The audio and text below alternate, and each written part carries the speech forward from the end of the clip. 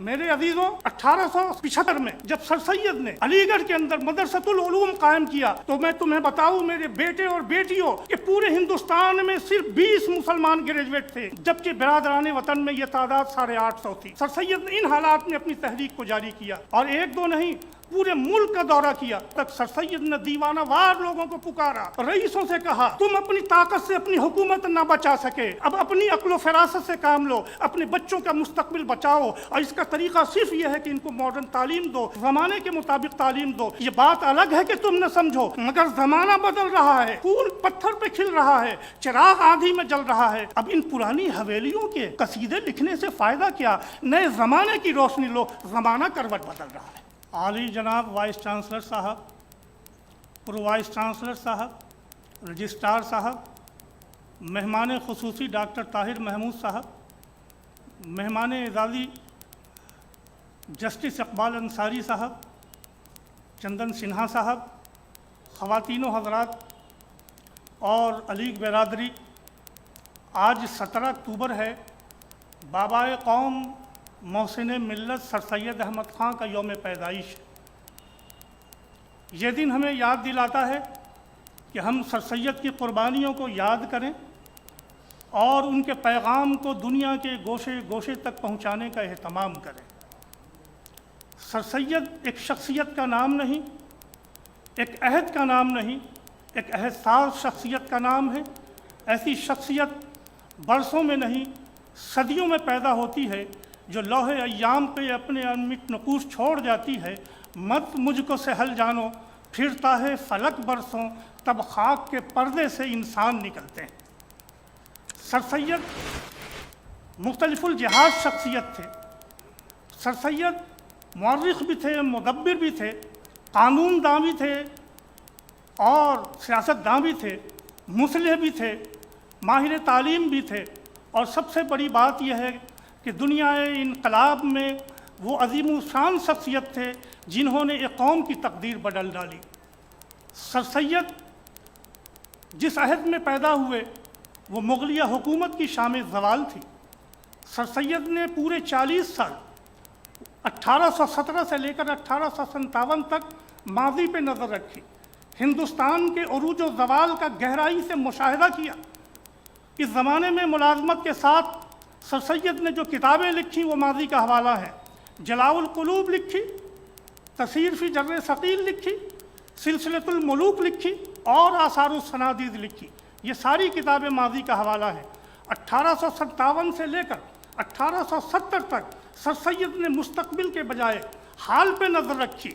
1857 کے بعد جو مسلمانوں کا قتل عام ہوا، ہندوستانیوں کا قتل عام ہوا، 1857 کی بغاوت کے نتیجے میں انگریزوں نے جو قہر ڈھائے ہندوستان میں کسی سے مخفی نہیں ہے۔ سر سید نے ان حالات میں ابنائے وطن کی دستگیری کی، وہ نکل کر کے آئے۔ اس زمانے میں سر سید نے سرکشی ضلع بجنور لکھی، اسباب بغاوت ہند لکھی، تبین الکلام فی تفسیر التوراۃ والانجیل علی ملت اسلام لکھی، ڈبلیو ہنٹر کی کتاب آور انڈین مسلم کا جواب لکھا، اور صوبہ متحدہ کے گورنر ولیم مور کی کتاب لائف آف محمد کا جواب الخطبات الاحمدیہ کے نام سے لکھا۔ سر سید نے اس زمانے میں اپنی تحریروں میں جس بصیرت اور جس جرأت کا ثبوت دیا، اس کو سلام کرتے ہوئے علامہ اقبال نے کہا، بندہ مومن کا دل بیم و ریا سے پاک ہے، قوت فرما روا کے سامنے بے باک ہے۔ 1870 کے بعد جب لندن سے واپس آئے تو سر سید نے اپنی پوری زندگی قوم کی اصلاح، قوم میں تعلیمی ترقی اور قوم کی بیداری کے لیے لگا دی۔ سر سید کا اصل کارنامہ تعلیمی بیداری پیدا کرنا اور مسلم یونیورسٹی قائم کرنا ہے۔ آج کی نسل سر سید کی قربانیوں کو شاید نہ سمجھ سکے۔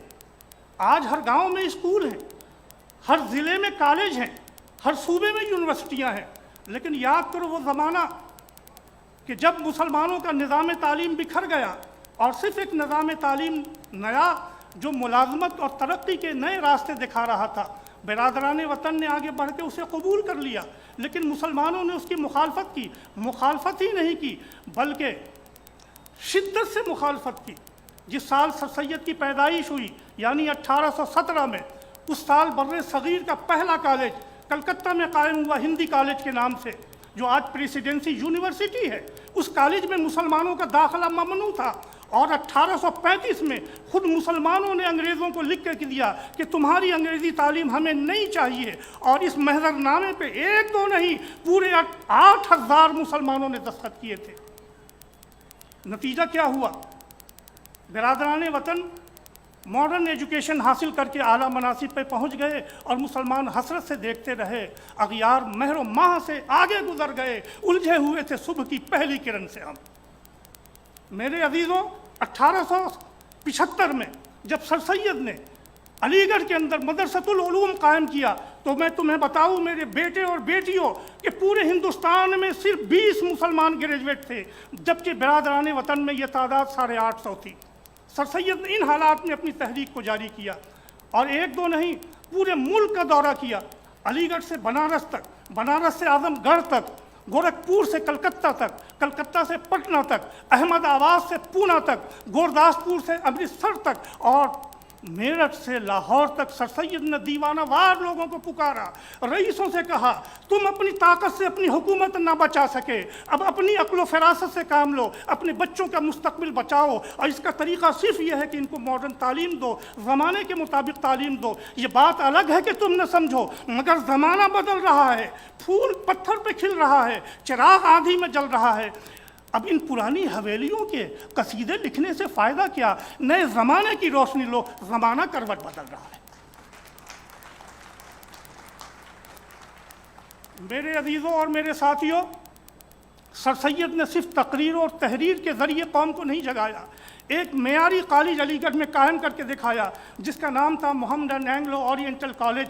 नाम तो इसका मोहम्मदन एंग्लो ओरिएंटल कॉलेज था, लेकिन इसका दरवाज़ा हर मज़हब के लिए, हर मसलक के लिए, हर बिरादरी के लिए, हर ज़ात के लिए, हर जोग्राफियाई हद के लिए खुला रखा। अगर इसका पहला ग्रेजुएट अब्दुल्ला था तो दूसरी तरफ इसका पहला ग्रेजुएट ईश्वरी प्रसाद था। तुम्हारे रहनुमाओं ने सर सैयद की इस लेगेसी को आगे बढ़ाया। एक हाल अगर सर सैयद के नाम से बनाया तो दूसरा नाम हाल भीमराव अंबेडकर के नाम से बनाया। एक हाल तुम्हारे बाबाओं ने अगर सुल्तान जहां बेगम के नाम से बनाया तो दूसरा हाल सरोजनी नायडू के नाम से और तीसरा हाल इंदिरा गांधी के नाम से बनाया। अगर इंजीनियरिंग कॉलेज को डॉक्टर जाकिर हुसैन का नाम दिया तो मेडिकल कॉलेज को पंडित जवाहरलाल नेहरू का नाम दिया। सेकुलर किरदार की ये मिसाल हिंदुस्तान की दानिशगाहों में नहीं मिलेगी, और इसीलिए honourable prime minister of India Narendra Modi ji ने कहा अलीगढ़ अलीगढ़ नहीं, ये मिनी इंडिया है। मेरे अजीज़ों, चंद साल पहले कोविड से पहले एक खलीजी मुल्क में मुझे बुलाया गया। हिंदुस्तान के तालीमी मसाइल पर मेरी गुफ्तगू हुई। गुफ्तगू के बाद एक नौजवान मिला, उसने कहा कि मैं हिंदुस्तान आना चाहता हूँ ताजमहल देखने के लिए। मैंने कहा कौन सा ताजमहल देखोगे? वहाँ एक नहीं 2 ताजमहल है। उसने कहा 2 ताजमहल? मैंने कहा एक ताजमहल जो अहद शाहजहानी का हवाला है, दूसरा ताजमहल जो विद्या का शवाला है, एक ताजमहल जो मुमताज़ जहाँ का मदफन है, दूसरा ताजमहल जो इल्म अदब का मखज़न है, एक ताजमहल जो बेगम की मोहब्बत में बनाया गया, दूसरा ताजमहल जो कौम की मोहब्बत में बनाया गया, एक ताजमहल जिसकी तामीर संगे मरमर से हुई और दूसरा ताजमहल जिसकी तामीर खूने जिगर से हुई। एक ताजमहल जिसके सदर दरवाजे पर सूरह यासीन लिखी हुई है। सूरह यासीन जानते हो मरने वाले इंसान पे पढ़ी जाती है।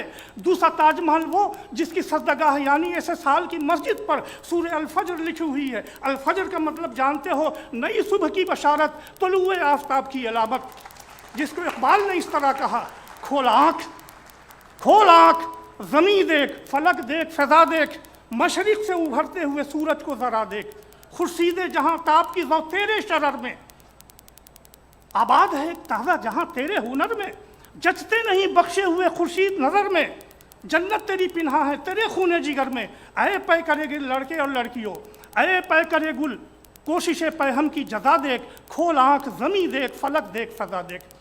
वो शख्स कहने लगा कि मैं यही ताजमहल देखना चाहता हूँ। मैंने कहा इस ताजमहल का असली नाम अलीगढ़ मुस्लिम यूनिवर्सिटी है और इसके बानी का नाम सर सैयद अहमद खां है।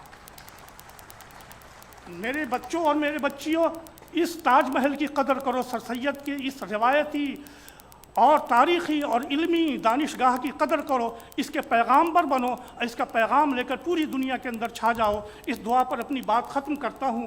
زبانیں برگ گلنے کی دعا رنگی عبارت میں، خدا آباد رکھے اس چمن کو مہرباں ہو کر۔ ہندوستان زندہ باد، علی گڑھ پائندہ باد۔